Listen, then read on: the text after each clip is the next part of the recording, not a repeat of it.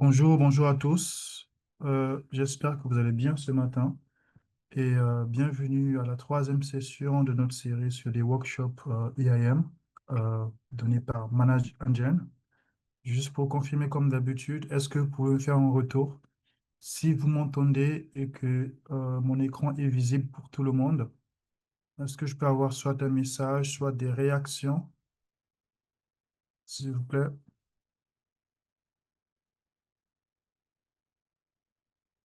Voilà, d'autres retours? Est-ce que vous m'écoutez? Est-ce que mon écran est visible pour tout le monde?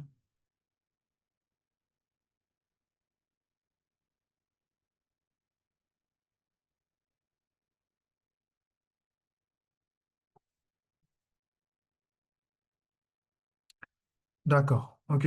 Merci beaucoup. Sans plus tarder, on va commencer. On va commencer notre session, donc cette troisième session.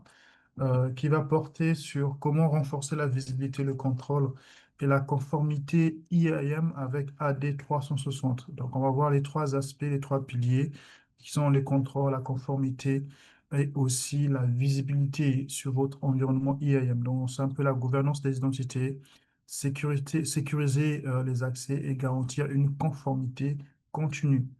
Donc, rebonjour à tous. Je suis Betty Nouvan-Dorlois, avant-vente chez Managingen et je suis responsable des régions francophones. Donc, pour cette session, on revient sur la base, donc c'est-à-dire que c'est destiné à qui ce webinaire est destiné aux administrateurs IAM et IT, donc un peu comme vous, responsables de sécurité et conformité, responsables des environnements AD et Microsoft 365 notamment, mais aussi ceux qui sont les service providers, donc les MSP ou encore les consultants en gestion d'infrastructures hybrides, que ce soit la version cloud ou on-prem. Alors, quel est l'objectif de cette session? L'objectif, c'est déjà comprendre les piliers. Donc, on va parler sur trois piliers ici principalement. Donc, c'est comprendre le pilier de gestion moderne des identités et des accès. Quand je parle des piliers, c'est plutôt dans la posture de la sécurité, donc l'approche sécuritaire de vos identités. Donc, ici, on va mettre le point sur, premièrement, la visibilité. D'accord? Pourquoi avoir une visibilité totale sur vos identités? Le contrôle, notamment sur ça, et aussi la conformité. Et sur la conformité, on va principalement s'appuyer, on va mettre l'accent en termes de conformité sur NIST 2. Ça sera notre approche conformité par rapport à cette session. Alors, on va commencer par, du coup, les enjeux. Donc, les enjeux qui sont liés qui sont liés à ça. En termes d'enjeux, en fait, les enjeux en termes de visibilité notamment, donc le manque de visibilité sur ce qui se passe, hein, qui a accès à quoi notamment, c'est un grand problème aujourd'hui. Donc aujourd'hui, on se focaliser vraiment audit et reporting, mais c'est avoir une visibilité totale sur l'ensemble de votre IAM, sur l'ensemble de votre infrastructure pour voir qui a accès à quoi, l'accumulation des privilèges non révoqués, donc les privilèges notamment quand on fait la livraison des privilèges, les comptes à privilèges élevés, mais où on n'a pas eu, les comptes n'ont pas été révoqués. Les attaques deviennent de plus en plus ciblées, par exemple le phishing ou bien que le shell stuffing, où on peut récupérer les identifiants, notamment d'un administrateur, et faire des attaques derrière. Et les exigences de conformité, et comme on disait sur cette session, quand on va arriver à la conformité, on va se focaliser sur NIS 2. Donc, ça, c'est un peu l'enjeu derrière par rapport à ça. Alors, on va commencer par les piliers. Donc, le premier pilier qu'on va voir, donc la partie 1, le premier pilier qu'on va voir, c'est la visibilité. OK? La visibilité. Aujourd'hui, vous serez à mesure de comprendre ou bien de garder en tête comment nous, on peut vous accompagner à répondre à ces questions, savoir qui fait quoi, donc qui a accès à quoi et quand et comment. Donc, toutes ces réponses-là, vous allez trouver des réponses par rapport à cette session, par rapport à ce webinaire-là, de savoir qui a accès à quoi, comment et quand en termes de temps. Donc, c'est ces fameuses questions, c'est 4W en fait en anglais. Alors, donc, par rapport à ça, vous aurez la possibilité déjà avec les outils ou bien l'approche Managerienne d'avoir l'inventaire complète des accès et tout ce qui est identité. Donc, vous avez une espèce de cartographie, une vue complète de ce qui se passe en termes d'utilisateurs, les comptes de services, les applications, les ressources ou encore les différents droits, donc les différents droits que chaque utilisateur consomme, chaque ressource consomme. La possibilité de faire une espèce de détection des risques. OK? Donc ici, quand on parle de détection de risque, on va s'appuyer sur les capacités EI qu'on appelle UEBA, User Behavior Analytics, qui vont permettre de pouvoir notamment analyser et voir rapidement les accès non utilisés, les comptes dormants, les privilèges excessifs qu'on appelle privilège grip, ou encore les activités suspectes grâce à la traçabilité complète des connexions des actions. Et là, on va vraiment s'appuyer sur le ML et le machine learning. Et éventuellement, nous avons de l'audit et du reporting qui est un peu général hein, sur les activités précises, sur différents objets. On va voir ça juste après. Ici, on va parler de ces environnements qui deviennent de plus en plus complexes. Donc ici, on va s'assurer d'avoir une visibilité, peu importe le type d'environnement, que vous ayez plusieurs intégrations, que vous ayez un environnement hybride ou encore qui peut être parfois complexe dans son ensemble. L'idée, c'est s'assurer que même dans ces environnements-là, vous aurez une visibilité sur votre infrastructure, notamment quand c'est en mode hybride. Alors, comment nous, on répond à ça? Par rapport à ces problématiques-là, par rapport à la visibilité. Donc, comme je disais, la partie 1 va se focaliser sur ce qu'on appelle une solution chez nous, AD Audit Plus. Donc, AD Audit Plus, c'est une solution qui va faire de l'audit, en gros, sur votre IAM. Pas que l'Active Directory, c'est vrai que le nom s'appelle AD Audit Plus, mais c'est vraiment une surveillance en temps réel pour l'intégralité de la gestion de l'identité des accès. On va faire une espèce de SIEM pour pour gestion de l'identité des accès intégrale. OK? Première approche, donc c'est la capacité que vous aurez à pouvoir faire de l'audit côté utilisateur, les groupes, donc les objets groupes, les DPO, les connexions notamment d'utilisateurs, les serveurs membres, notamment, ou bien même les OU. Donc, première approche, on va venir sur Audit Active Directory, donc l'audit côté AD en proprement soit dit. Et dans l'audit côté AD, vous aurez des rapports du type audit de toutes les modifications des objets AD. Tout ce que vous avez comme objet Active Directory, peu importe le niveau d'objet, tout ce qui est modification des objets, pardon, AD, on peut avoir une visibilité ici. Donc, suivi des modifications, que ce soit sur les organisations Unix, sur les utilisateurs, les groupes, les ordinateurs, tout ce qui est modification, on peut suivre. Suivi des modifications des paramètres de DPO en termes de sécurité. Donc, on peut vérifier les modifications apportées aux paramètres de DPO, le niveau de permission notamment. Surveiller les activités de connexion des utilisateurs. Donc, obtenir en détail, ou bien vous avez la possibilité d'obtenir en détail chaque utilisateur. Qu'est-ce qu'il fait? Qu'est-ce que la personne est en train de faire? Il s'est connecté à quelle heure notamment? Et quand il y a des actions suspectes aussi, on peut avoir ces informations. Et du coup, vous avez la possibilité de pouvoir résoudre les problèmes de verrouillage de compte parce que vous allez détecter rapidement quels sont les comptes qui sont verrouillés avec des alertes derrière. Pourquoi ces comptes ont été verrouillés notamment. Vous aurez cette visibilité-là. Gagner en visibilité sur les utilisateurs privilégiés, on va voir ça juste après en détail. Donc, surveiller de près même les administrateurs. Donc, en général, on fait le audit pour un utilisateur lambda, mais ici, même les administrateurs, nous aurons la capacité de les auditer. Et enfin, l'audit de l'environnement hybride. Donc, que ce soit en local, ou en version cloud ou en mode hybride à la fois, vous aurez la capacité d'avoir une vue complète, hein, une espèce de corrélation de ce qui se passe dans votre environnement complet en mode on-prem et hybride à la fois.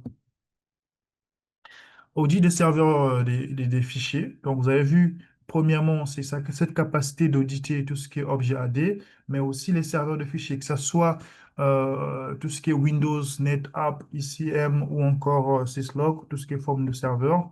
Donc là, on peut surveiller les accès aux fichiers et aux dossiers. C'est important pour vous d'avoir une visibilité sur ça.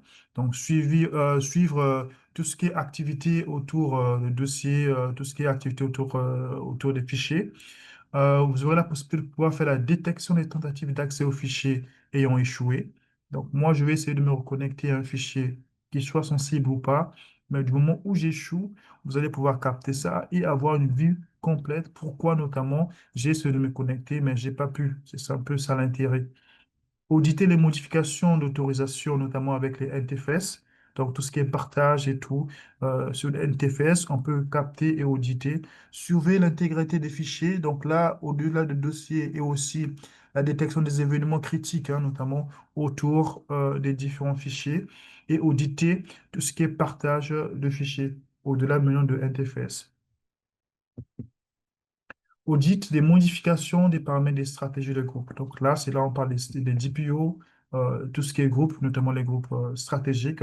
Donc auditer les options de stratégie de groupe, donc auditer tout ce qui est en général création, la suppression des objets ou la modification de ces objets-là.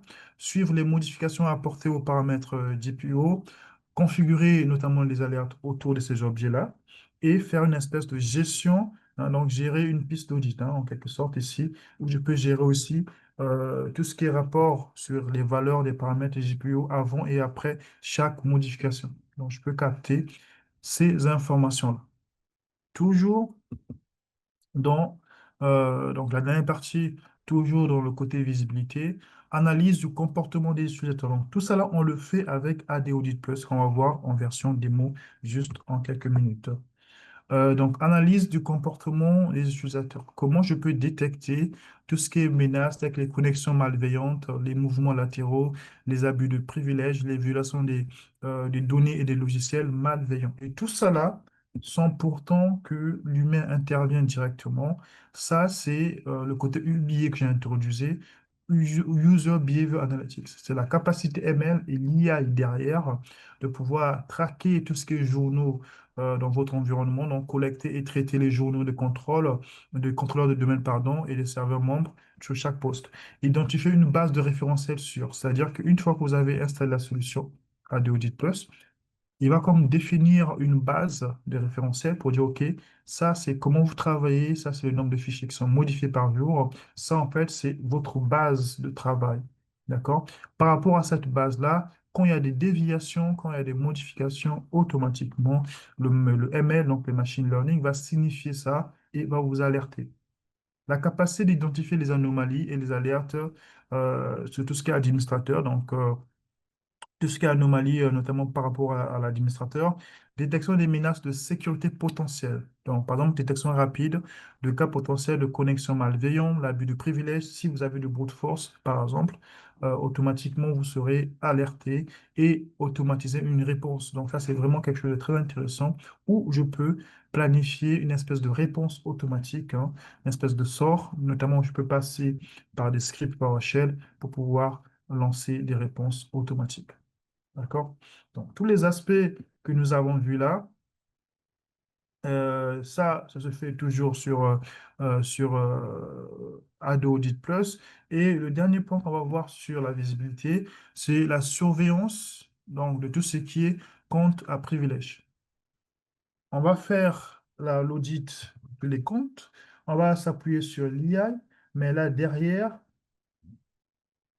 là, c'est derrière aussi pour vous montrer que même les comptes à privilèges, même les personnes qui sont administrateurs, ils vont pas rester parce que de toute façon, les targets des arqueurs, c'est les comptes à privilèges. Donc ici, c'est vraiment faire de l'audit des activités de tout ce qui est administrateur, examiner les activités d'utilisateurs à privilèges. OK? Donc, est-ce que ils sont conformes aux différentes réglementations, comment ils utilisent les informations, détecter l'élévation des privilèges, notamment quand c'est l'élévation de privilèges illicites que vous n'avez pas approuvé, repérer les anomalies comportementales en termes de comportement. Ici, recevoir des alertes sur les activités suspectes. Ça, c'est vraiment le focus. En fait, je fais l'audit des auditeurs, en quelque sorte. Donc, je fais l'audit des administrateurs ici. Donc, le tout, ça se fait sur AD Manager. Avant d'aller dans la version démonstration du coup, pour vous montrer ça également, on va aller d'abord sur le deuxième pilier. Donc, le deuxième pilier euh, qui se base sur le contrôle. Donc, premier pilier que nous avons vu, c'est la visibilité. Et nous avons vu ensemble comment ou bien qu'est-ce qu'on peut voir dans votre IAM. Donc, on est parti de l'objet utilisateur jusqu'aux capacités serveurs, les administrateurs et tout ça. Là, deuxième pilier en termes de visibilité, on va parler de contrôle. Donc là, c'est maintenant comment je contrôle les accès, comment je contrôle les objets, comment je contrôle les utilisateurs. OK? Donc, appliquer le bon accès au bon moment, c'est vraiment ça l'idée. Et pour ce faire, on va avoir deux approches, notamment l'authentification et l'autorisation forte, donc les MFA derrière.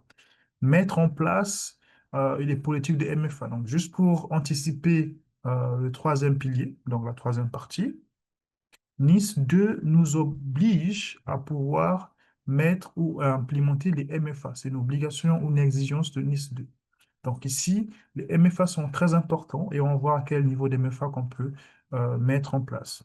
Il y a la capacité d'avoir ce qu'on appelle Role-Based Access Control, c'est-à-dire que donner les contrôles par rapport aux différents accès, donc un espèce de rôle que vous allez appliquer, prédéfinir. Ça aussi, on va le revoir dans la troisième partie avec Certificate Access Control.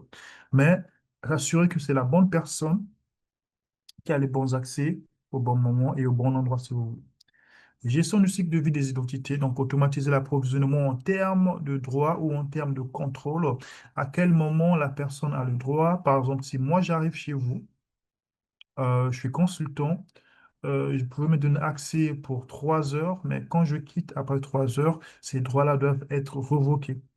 Gestion des accès privilégiés, donc sécuriser et surveiller tout ce qui est compte à haut risque, administrateur, compte de service, qui pourrait causer des dommages considérables dans le cas de compromission. Donc, c'est vraiment gérer tout ce qui est compte privilégié. Et très intéressant, séparation des tâches. Donc, séparation des tâches, c'est un peu la ségrégation de niveau de contrôle. C'est une espèce de contrôle granulaire. Moi, j'ai le contrôle uniquement sur ce dont j'ai besoin. Je n'ai pas besoin d'avoir des contrôles cumulés derrière. OK? Alors, comme je disais, pour annoncer ces contrôles-là, on s'est appuyé sur ADCF Service. Alors, qu'est-ce que ADCF Service fait? En gros, c'est une solution de libre service qui vous permet de pouvoir avoir des MFA adaptés. C'est la prochaine slide. Appliquer les SSO, on va voir l'avantage des SSO en termes de contrôle. Gestion sécurisée des mots de passe en libre service. euh, tout ce qui est activité de travail à distance et portail libre service sur certaines actions. On va voir aussi ça. Donc, par rapport aux MFA, avec donc l'adaptation des MFA adaptifs, hein. Donc, par rapport à ça, on peut avoir 3 niveaux de MFA ou 4. Je m'explique. Premier niveau de MFA qu'on va voir, donc authentification multifactorielle, c'est les MFA pour les comptes qui vont faire du libre service. Quand un compte veut faire du libre service, il a la possibilité ou on a l'obligation de s'authentifier pour s'assurer que est-ce que c'est la bonne personne qui change son mot de passe, qui débloque son compte. Deuxième MFA exigé, c'est les MFA cette fois-ci sur les endpoints. Donc, vous avez de Windows, Linux ou Mac. À chaque fois que je veux me connecter sur une machine, j'ai besoin, dans mon domaine, donc du coup, je vais pouvoir renforcer ça avec des MFA. Mais ce n'est pas que ça. Donc, on a la capacité également de pouvoir avoir des MFA sur les VPN ou encore d'autres applications, notamment qui ont des protocoles Radius ou bien Open Radio Authentication. Et il y a aussi les MFA hors ligne. Donc, j'ai la possibilité de renforcer les MFA hors ligne, même quand je suis hors ligne. Et le tout, je vais appliquer un espèce de Zero Trust avec ici Access Conditional. Donc, autoriser uniquement la bonne personne en créant des règles de restriction par rapport à l'adresse IP, par rapport aux appareils, donc du Zero Trust que je vais même appliquer ici à ce niveau-là. OK? Alors, on va venir sur SSO. Donc ici, le SSO, en gros, c'est s'assurer que tout ce que vous avez application cloud principalement, que vous ayez des accès uniques. Donc une fois que je me suis authentifié, alors c'est intéressant le SSO, pourquoi? Les gens, ils ont souvent, moralement, ils ont des fatigues de mot de passe. À chaque fois, retaper le mot de passe, ça va fatiguer et se pousse, ça va pouvoir pousser les gens à avoir une mauvaise culture de mot de passe, où ils vont pouvoir les stocker, et ainsi de suite, pour gagner en temps. Donc, le SSO est important du moment où je m'authentifie avec les MFA. Je vais me connecter, mettre le bon mot de passe, le MFA va valider, et sur le reste des applications, je peux me connecter directement. Donc ici, ça se fait pour toutes les applications que vous avez en version cloud, ou encore pour d'autres applications d'entreprise quand vous avez le protocole SAML ou autre, ou encore OpenID Connect. OK? Alors, c'est un exemple. Un utilisateur avant les MFA, donc un utilisateur ouvre une session, se connecte à chaque application d'entreprise individuellement avec un ensemble distinct d'informations d'identification, pardon. Donc, moi, quand je me connecte avant les MFA, ben, je vais me connecter à Dropbox, je vais me connecter à Microsoft, je vais me connecter ainsi de suite, séparément avec des mots de passe différents. Mais par contre, avec le SSO, ben, l'utilisateur ouvre le portail AD Self-Service, ok? Il va s'identifier avec ses MFA. Une fois qu'il s'est authentifié sur ça, l'utilisateur va compléter donc les MFA et va obtenir l'accès sans pour autant retaper le mot de passe à toutes ces applications, à tout l'environnement, que ce soit Microsoft, Dropbox ou bien d'autres applications que vous allez avoir. C'est l'approche MFA que nous mettons en avant ici en termes de contrôle. OK? Alors, autre mot, c'est, comme je disais, gestion des sécurités des mots de passe en libre service. Donc, c'est aussi la capacité de renforcer tout ce qui est mot de passe. Ici, en termes de renforcement de mot de passe, vous allez améliorer les politiques de mot de passe. Donc, tout ce qui est politique de mot de passe que vous avez chez vous dans votre environnement, c'est bien, mais vous allez voir ici, on peut moderniser ça. C'est-à-dire qu'on peut avoir des politiques de mot de passe plus modernes, par exemple, avec une bibliothèque de mots de passe interdits que vous avez identifié ou renforcé auparavant. La synchronisation de mot de passe avec votre AD. Donc, une fois que j'ai fait cette modification, ce mot de passe va être synchronisé avec l'AD native et ça va prendre le dessus. La réinstallation ou bien encore déverrouillage de compte en mode libre service. Ça va réduire plus de 52% de vos tickets actuels autour des mots de passe. Donc, à chaque fois qu'un utilisateur a un besoin sur mon compte, il est bloqué, je vais réinitialiser le mot de passe ou je vais débloquer mon compte et autres, ben, il n'a plus besoin de créer un ticket puisque vous lui donnez accès à cette solution libre service où il peut faire ses actions par elle-même. Et très intéressant, avec aujourd'hui l'exigence du niveau de sécurité, on parle de NIS 2 tout à l'heure, nous avons la capacité ici, hein, avec ADCF Service, de pouvoir renforcer une espèce d'alerte sur l'expiration de mot de passe. Donc, vous allez créer des politiques de rotation de mots de passe. Et dans cette rotation de mots de passe-là, vous avez la possibilité que l'utilisateur puisse recevoir des alertes. Donc, des alertes qui seront automatiques, soit par SMS, email, pour dire attention, votre mot de passe va expirer dans telle date, veuillez le renouveler. C'est pas négligeable, c'est intéressant et important dans le sens où on s'assure que rien n'est manqué en termes de renouvellement de mot de passe ou encore de rotation de mot de passe. De toute façon, c'est en libre service. OK? Alors, sur ce, on va aller sur la démo. On va commencer d'abord avec AD Audit Plus. Je vais vous montrer quelque part côté AD Audit Plus, donc qui est la solution, premier pilier que nous avons vu, la visibilité. OK. Donc, vous allez voir, dès l'entrée, j'aurai un tableau de bord pendant que ça charge. Dès que je vais me connecter, j'aurai un tableau de bord qui sera assez dynamique, qui va me donner ou bien me montrer l'ensemble de tout ce qui est comme visibilité. Et on va voir les trois aspects ou les quatre aspects que nous avons bien définis ici, c'est-à-dire que tout ce qui est auditing des objets ou bien autour de l'AD, tout ce qui est auditing de tout ce qui est fichier, et aussi la capacité d'avoir le ML, hein, derrière, ou encore l'intelligence artificielle. Donc, ça,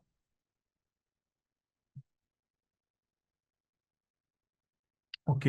Donc, ça, c'est la solution AD Audit Plus. Vous voyez que là, j'ai un tableau de bord prédéfini. Alors, ces informations vont varier, vont changer selon votre environnement. Et ici, c'est intéressant ce rapport-là qu'on appelle le Summary View ou encore Summary Report. La solution, vous pouvez l'avoir chez vous en français, hein. Donc, le Summary Report, c'est quoi? Ça vous donne l'aperçu de ce qui s'est passé en termes de mouvement. Vous voyez là, par exemple, je vois tous les utilisateurs, tous les groupes et tout. L'aperçu de ce qui s'est passé le dernier 24 heures. Donc, même l'audit sur le DNS et autres. Donc, tout ce que j'ai comme mouvement dans les derniers 24 heures, j'aurai l'aperçu et je peux, hein, l'envoyer ici. Chaque jour à 5 heures, je peux me le renvoyer comme rapport complet. Mais sinon, en soi, la solution, comme vous pouvez le constater ici, on a la capacité donc de faire l'audit sur tout ce qui se passe autour de l'AD. Regardez les catégories que nous avons ici. Donc, les connexions utilisateurs, les connexions même les utilisateurs en local. OK? Tout ce qui est gestion des comptes, gestion des GPU que nous avons parlé, les permissions. Donc, on a toutes ces informations ici. On va prendre deux ou trois cas ici à ce niveau-là. Premièrement, on va aller sur les connexions utilisateurs. Donc là, on a toutes les informations ici sur les utilisateurs qui sont connectés. On peut aller sur Log on Failure. Alors là, je n'ai pas d'informations, donc je peux venir créer un filtre. Donc pour repartir dans mes données archivées, je vais appliquer. Voilà, il a remonté l'archive à ce niveau-là. Voilà. Donc moi, ça va m'intéresser de voir la personne qui a essayé de se connecter, mais il n'a pas pu. OK? Donc là, on voit la personne qui a essayé de se connecter, il n'a pas pu. Et mais aussi, si on veut aller plus loin, donc on a les informations sur le message ici. Ici, il a raison. OK? Donc, le compte est désactivé, mauvais nom d'utilisateur, là, c'est encore bon. Donc, je peux avoir les informations ici, là. OK? La personne n'a pas pu se connecter. Donc, du coup, je peux faire des fouilles. Donc, moi, par exemple, ce qui va m'intéresser, ici, en termes de raison, c'est mauvais mot de passe. Pourquoi? Parce qu'en général, les brute force, ça part de là. Donc, je vais venir faire un filtre ici. Je vais chercher failure reason. Je vais venir là et mettre bad password. Je vais lancer en recherche. Et là, j'ai que uniquement les personnes qui ont un mauvais mot de passe. Donc là, on voit c'est administrateur et on peut voir combien de fois l'événement de mauvais mot de passe est arrivé par rapport à l'administrateur. Donc ça doit attirer mon attention parce que c'est l'administrateur qui, tout le temps, tape un mauvais mot de passe. Donc, dans ce sens-là, j'ai une visibilité ici. Donc, je peux voir ici chaque activité de connexion de chaque utilisateur, par exemple. Donc là, je vais toujours créer le filtre. Je vais mettre ici un nombre, voilà. Je vais appliquer ça ici. Je vais venir ici, voilà, créer mon filtre. Donc là, je vois toutes les connexions, les dernières connexions, et ainsi de suite. Ok, j'ai une visibilité ici à ce niveau-là. Ok. Alors, si je viens sur les comptes AD, vous vous souvenez les questions dès le départ. Les questions, c'est les 4 W, donc qui a fait quoi, où est-ce que l'action s'est faite, quand et qu'est-ce qui s'est fait. Donc ici, sur tous les changements autour de l'AD, je peux répondre à ces questions ici à ce niveau. D'accord? Donc, je peux avoir cette visibilité. Ici, éventuellement, je peux faire les filtres ou encore je peux venir sur les utilisateurs, les activités utilisateurs, toujours avec l'approche où je peux répondre à ces trois questions. On peut également venir sur les permissions. Ce qui est intéressant en termes de permissions, on va aller sur les GPO, nous avons parlé de ça. Ce qui est intéressant en termes de permissions, là, j'ai tout ce qui est permission. Voilà, le domaine contrôleur. Donc, je peux avoir ici l'ancien SLL, en termes de valeur de SLL, et le nouveau et ACL. Donc, si je viens sur le nouveau ici, je peux voir ces informations. Est-ce que le nouveau SLL a pris les propriétés d'héritage en termes de SALC ici, SALCL, ou bien le DALC, ou bien les propriétaires. Mais je peux avoir les informations ici sur chaque permission. Quel type de permission? Est-ce que ça a hérité de l'héritage de l'ancienne permission ici à ce niveau? Donc, vous voyez là, j'ai tout ce qui est comme auditing côté Active Directory. Alors, ce qui est intéressant également, c'est qu'on a l'attaque surface. C'est quoi l'attaque surface? L'attaque surface ici, pour nous, bien sûr, face d'attaque, on va prendre les signatures de l'Active Directory les plus connues, les attaques AD les plus connues déjà du marché. Il y en a plus de 29 signatures qu'on va mettre à votre disposition. Ça veut dire que si vous avez par exemple des attaques du type Shadow IT, ici à ce niveau-là, d'accord? Donc si j'ai des attaques du type Shadow IT, automatiquement, ça va le détecter. Pourquoi? Parce qu'il y a des signatures d'attaque qui sont déjà référencées. Donc je peux suivre ce genre d'attaque-là.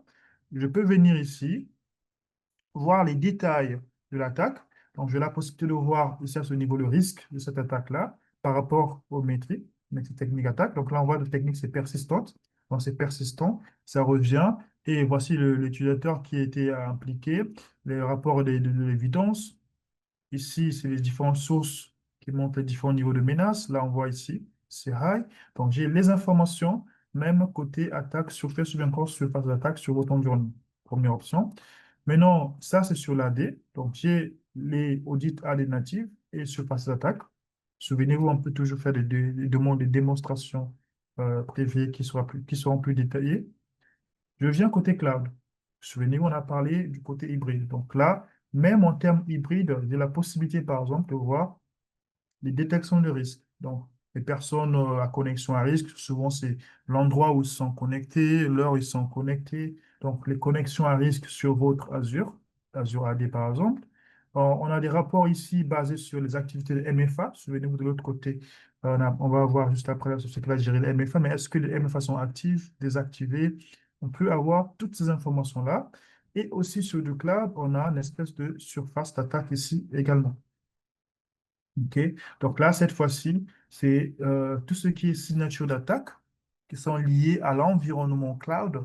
Donc, on a du Azure AD notamment, mais pas que. Vous allez voir qu'ici, on peut même avoir de AWS. Donc, tout ce qui est environnement cloud, j'ai la possibilité de pouvoir capter les informations d'attaque. OK? À présent, nous allons passer sur ce côté fichier. Donc, deuxième aspect. Ici, en termes audit ou contrôle, là, on parle de la visibilité. Pour avoir une visibilité de tout ce qui est audit ou bien tout ce qui est fichier, j'ai deux aspects, hein. Donc, d'abord, la visibilité en termes d'analyse, donc l'existant, ou encore les fichiers à chaud, à froid, pardon. Les fichiers qui sont stockés, que vous avez, quelle est la visibilité que vous avez sur ça? Donc là, je vois tous les fichiers, l'ensemble de taxes à consomme, c'est quel type de fichier, vous voyez là et les informations, ici en termes de fichiers, c'est sur quel disque.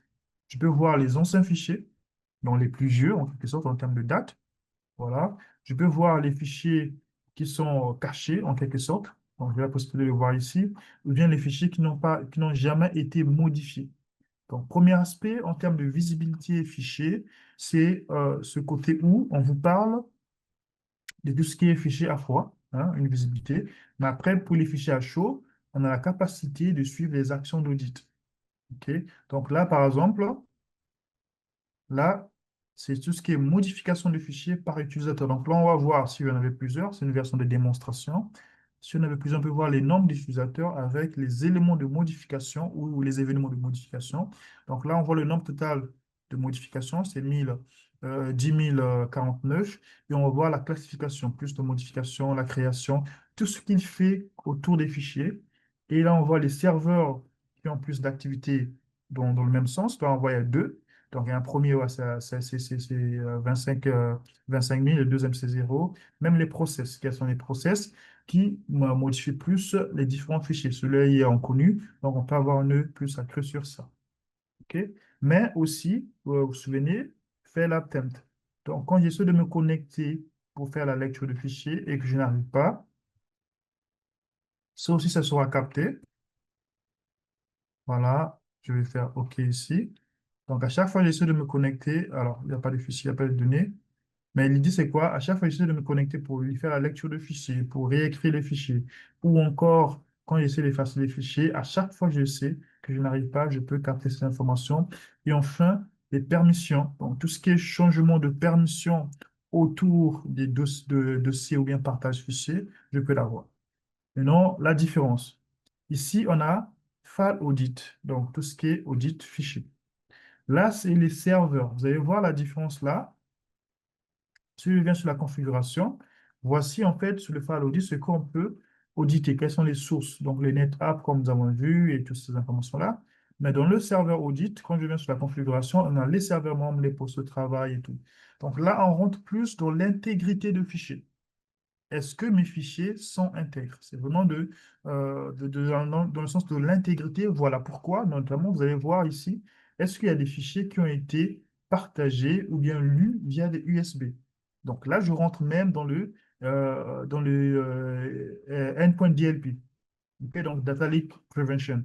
Parce que là, je rentre dans l'intégrité. Pour moi, mon but ici, au-delà de faire de l'audit, c'est s'assurer est-ce que mes fichiers sont intègres. Donc là, je peux voir est-ce qu'il y a des fichiers qui ont été lus via le USB, est-ce qu'il y a eu des imprimantes des fichiers.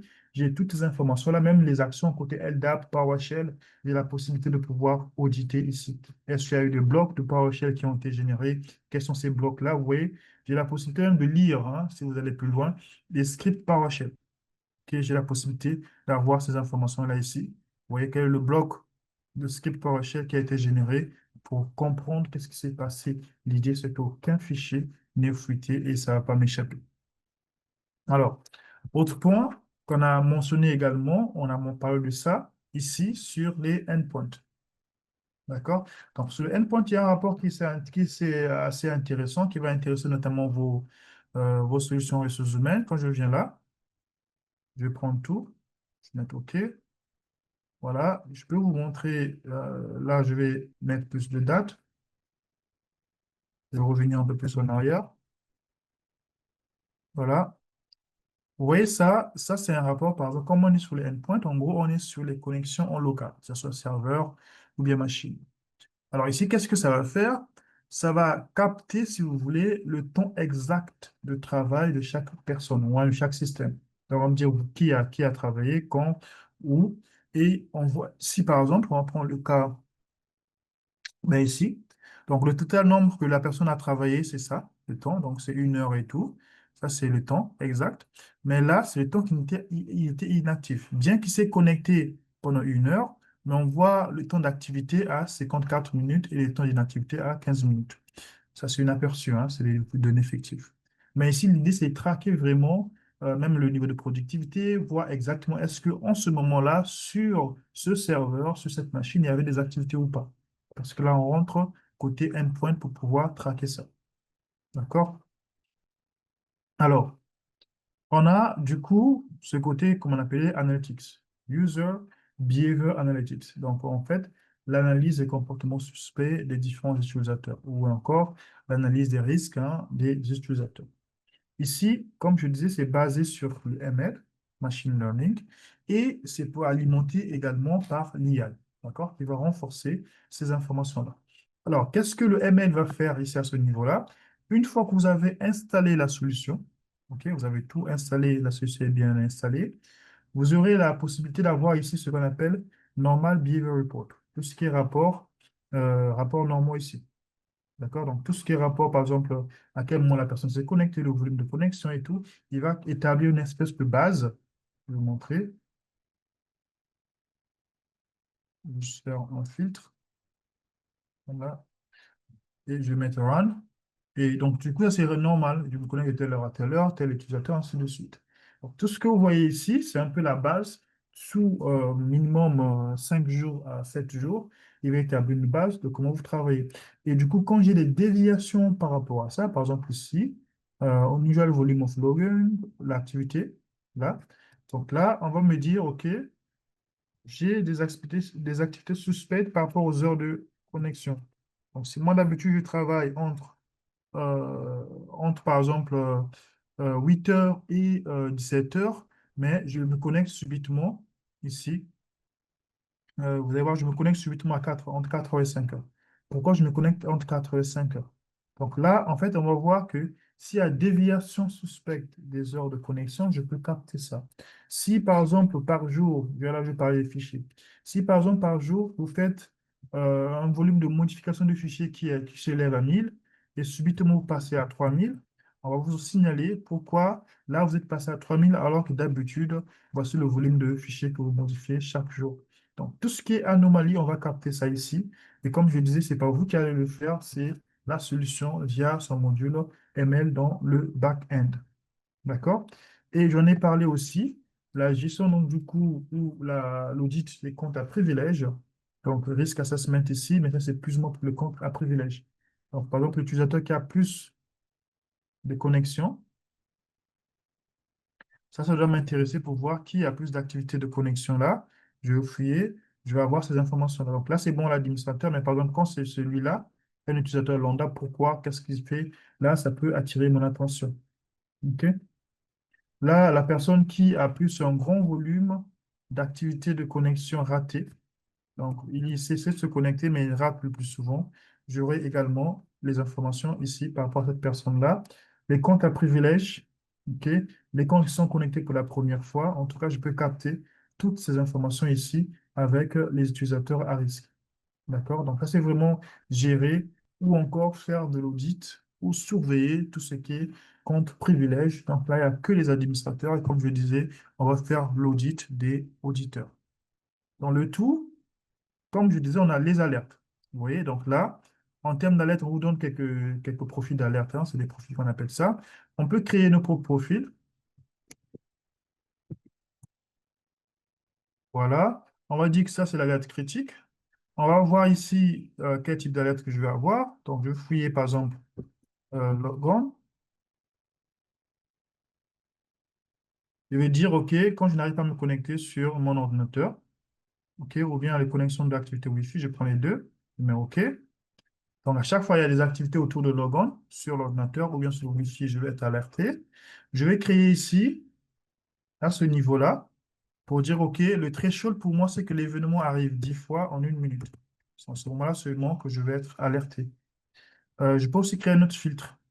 Par exemple, là, si c'est par exemple, je peux choisir, je prends un exemple, hein. Alors, je vais mettre, si par exemple le logon code est 007, par exemple. Donc, je peux créer ici des filtres au-delà des seuils.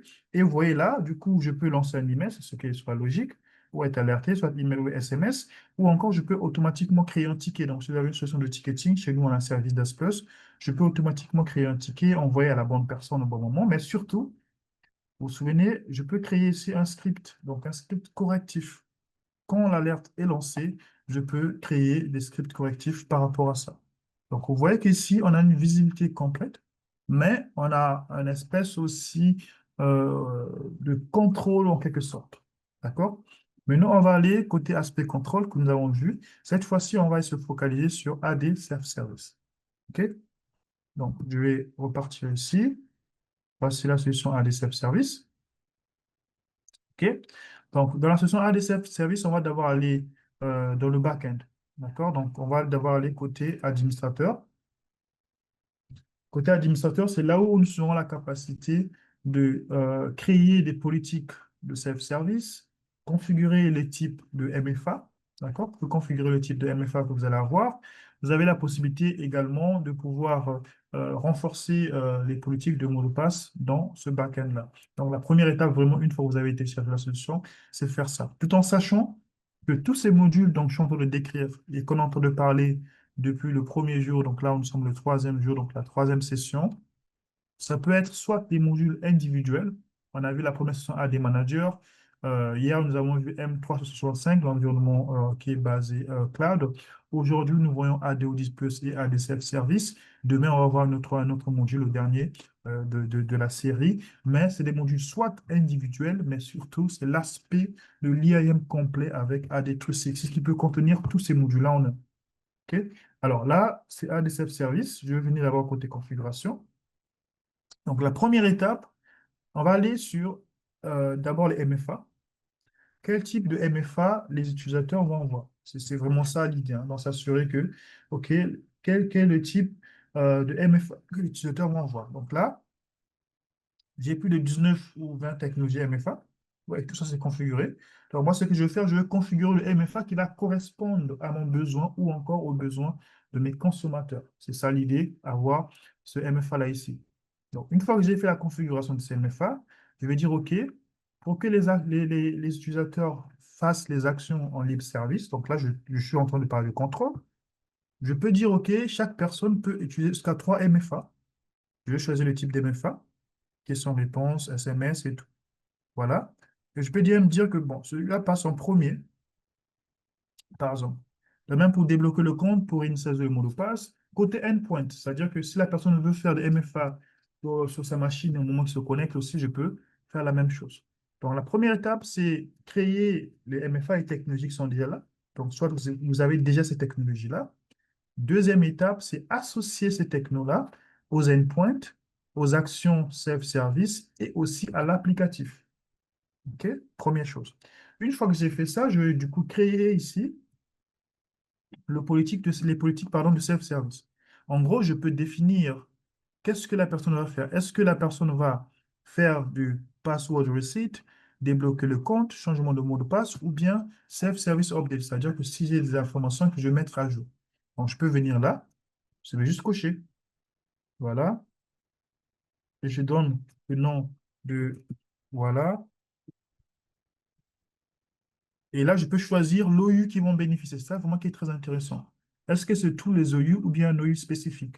Je peux choisir ce TOEIC qui va en bénéficier et je peux sauvegarder ma politique. Bon, ce n'est pas permis ici, mais je peux sauvegarder ma politique. Du coup, j'ai mes politiques ici. Et les personnes qui sont dans cette OU vont recevoir une notification afin de se connecter et faire ces actions-là. D'accord? Donc, on a créé des politiques, on a créé des MFA. Et là, vous vous souvenez, nous avons parlé euh, ici des notifications d'expiration de mots de passe. Donc, quand les mots de passe vont expirer, je peux être notifié ici. Donc, je vais créer une espèce de notification en disant que 7 jours avant l'expiration des mots de passe, avec les politiques qu'on vient de créer, la personne peut recevoir soit un SMS, un email ou encore push. Je peux même donner des options. Donc, moi, je peux recevoir un SMS ou bien un email et à partir de mon email, je peux changer mon mot de passe moi-même en libre service. Pourquoi? Parce que j'aurai l'accès à la plateforme AD Self Service. Ici, c'est là où je veux renforcer, du coup, les politiques de mot de passe. Vous voyez que là, c'est plus simple, c'est un peu plus avancé côté Active Directory Native où il faut faire beaucoup de clics droits. Donc là, je peux gérer les caractères spécifiques, les répétitions, là, les patterns. Voilà pourquoi je disais, je peux même avoir une bibliothèque de mots de passe ici. Donc, j'ai la possibilité de fouiller, voir si j'ai des bibliothèques de mots de passe et récupérer ça ou bien carrément lister les mots de passe que je ne veux pas, 1, 2, 3, 4, ainsi de suite. Je peux ici le faire. Ici, je peux faire une espèce de synchronisation, comme je disais, de mots de passe, mais là, c'est plutôt le SSO. Vous voyez, donc là, on vous donne une bibliothèque d'identifiant, pardon, de solution en mode SSO. Donc, je peux facilement configurer. Mais si vous avez aussi des applications de maison, je peux les ajouter ici. Comme je disais, il suffit juste de voir quel est le protocole qui va avec votre environnement. C'est là où je peux configurer les différents SSO. D'accord? On a aussi parlé de conditional access.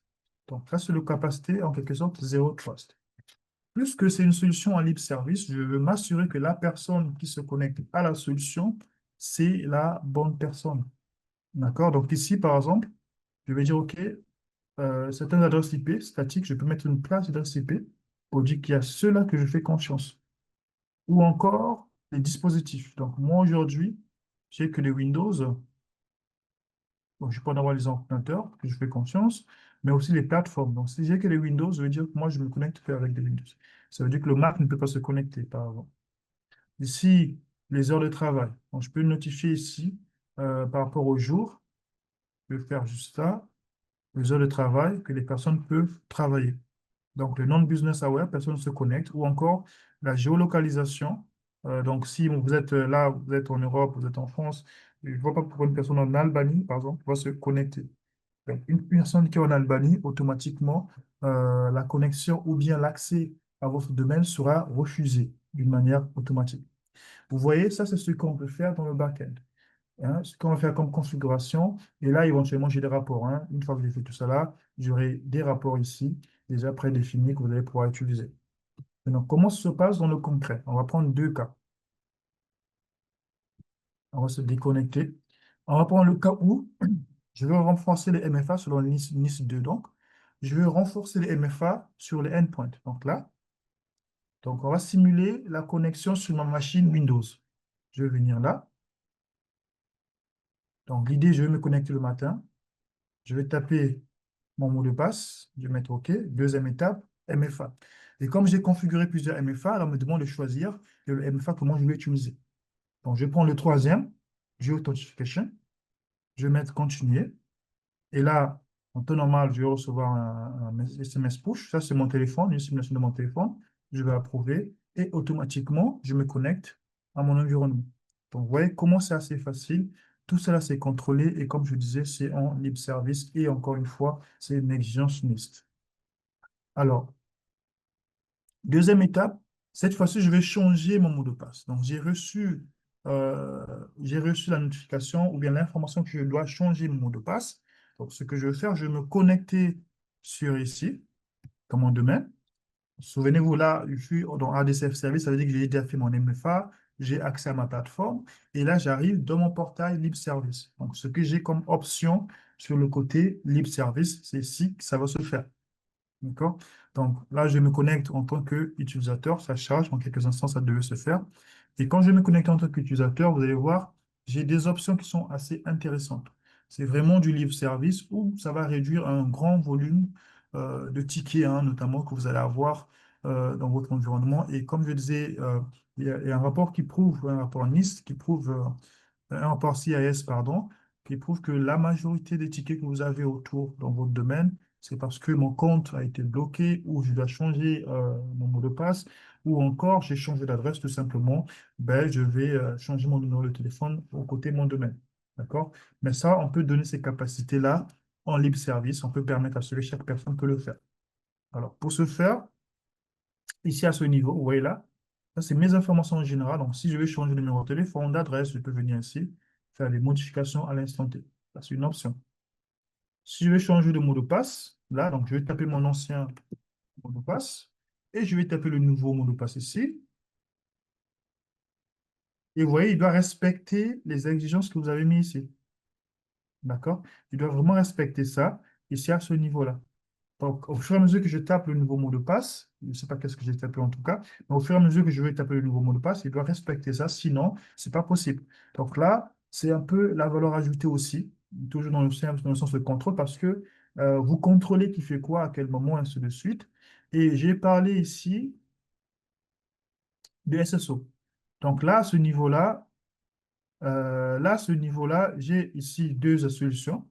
Et je vais venir, par exemple, sur Microsoft. Vous voyez, je vais juste cliquer. Automatiquement, je me connecte. Pourquoi? Parce que je suis en SSO. Donc, j'ai plus besoin, en temps normal, bon, là, c'est parce que là, j'ai plus besoin de retaper le mot de passe, mais je peux me connecter directement sur mon compte Microsoft. Si c'est sur le Salesforce, là, je crois qu'il y a un problème. Mais ici, l'idée, c'est avoir les applications listées ici en mode SSO. Une fois que je me suis connecté avec ADSF Service, je peux avoir les accès à toutes ces applications-là. D'accord? N'hésitez pas si vous avez des questions, écrivez-les en quelques minutes, on pourra les répondre. On va repartir sur du coup le dernier pilier. Souvenez-vous, on avait trois piliers à voir aujourd'hui. Donc le dernier pilier qui est la conformité. Et comme je disais, on va se focaliser sur Nice, mais si la solution AD Audit Plus, donc c'est la solution qui va résoudre les conformités, donc, respect des règles de conformité des normes. Donc, on peut ici démontrer le respect de loi sur la protection des données à caractère personnel, le RGPD, notamment pour vous en Europe, ou bien même dans le domaine de santé, ou bien en ISO 27001 et aussi le NIST que j'ai mis à part l'auditabilité, donc on fait une traçabilité autour de ça pour voir quels sont tout ce qui est mouvements latéraux et qui fait quoi à ce niveau-là.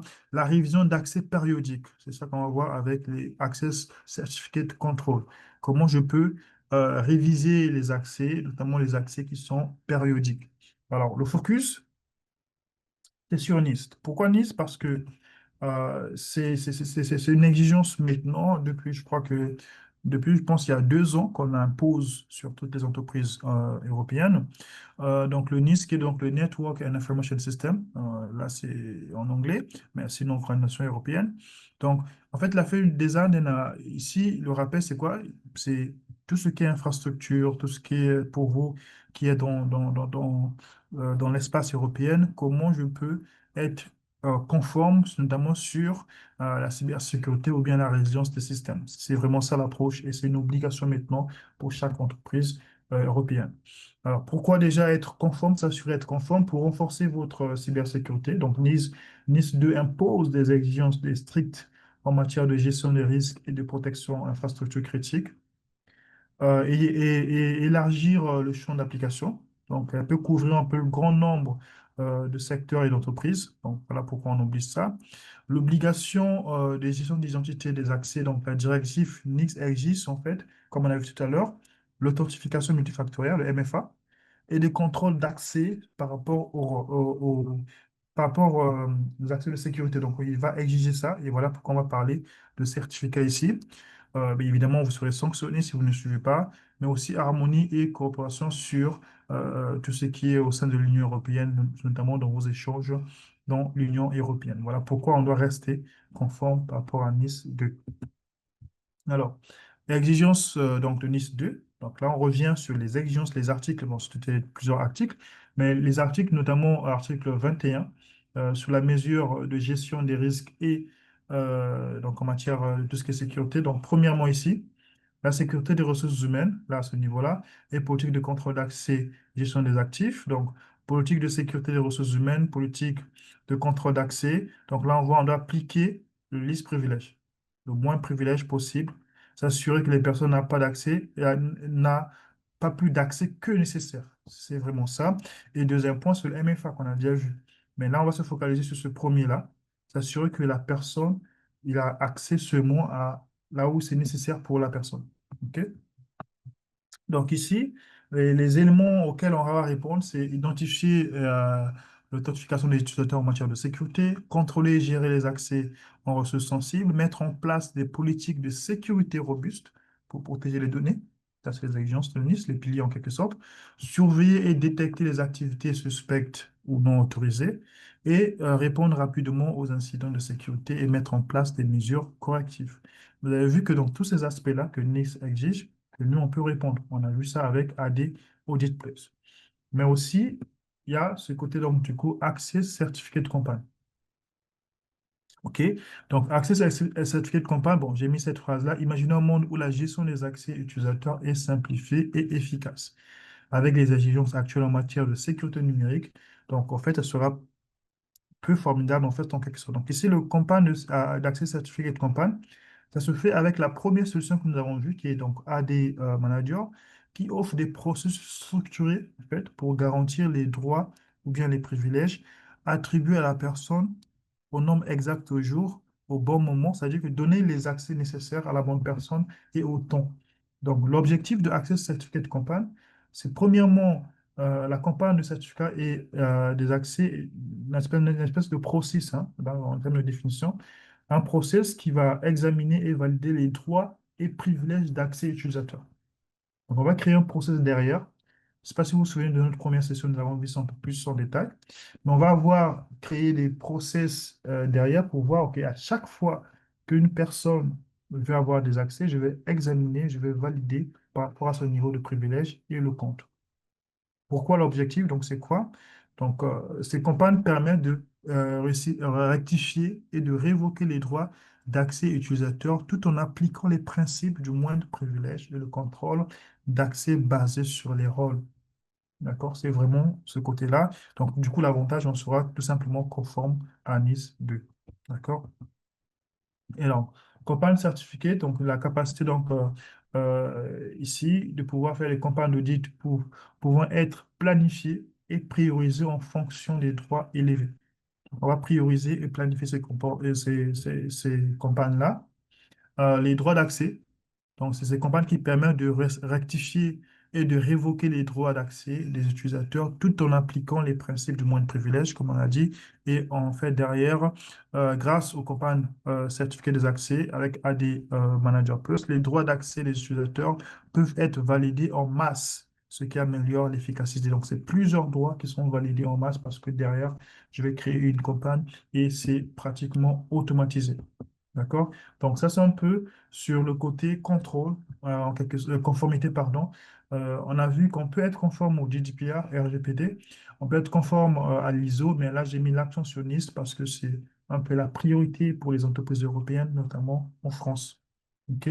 Donc, pour terminer, ce qu'on doit retenir de cette session, par rapport à aujourd'hui, c'est que la visibilité est la première référence. On ne peut pas protéger ce qu'on ne voit pas. Donc ici, dans votre IAM, dans vos accès privilégiés, puisque j'ai une visibilité complète, là, j'ai la capacité de pouvoir contrôler les accès et tout parce que je sais qu'est-ce que je protège. Je peux voir en fait. Donc, le contrôle garantit la sécurité. Donc, l'IAM moderne propose sur les activités de justification, de MFA, de SSO et une automatisation intelligente des comptes. Ici, c'est bien. Une fois que j'ai une visibilité, ben, j'ai besoin d'avoir le contrôle sur ça. Et en fait, enfin, la conformité n'est pas optionnelle. Donc, c'est une implication dans le sens où vous avez une traçabilité complète des audits continus, sont indispensables pour respecter donc les normes que nous avons revenues, c'est GDPR, SOX ou bien autres normes, notamment voilà, internationales ou bien en Europe. Et enfin, AD360 pardon, de Managandian vous accompagne pour atteindre ces objectifs. Donc, tous ces objectifs-là de la visibilité, le contrôle et conformité, on peut les atteindre avec AD360, dont on a les modules AD Manager, AD Audit Plus ou encore AD Self-Service. C'est vraiment l'objectif de cette session, C'est ça que vous devez retenir comme message.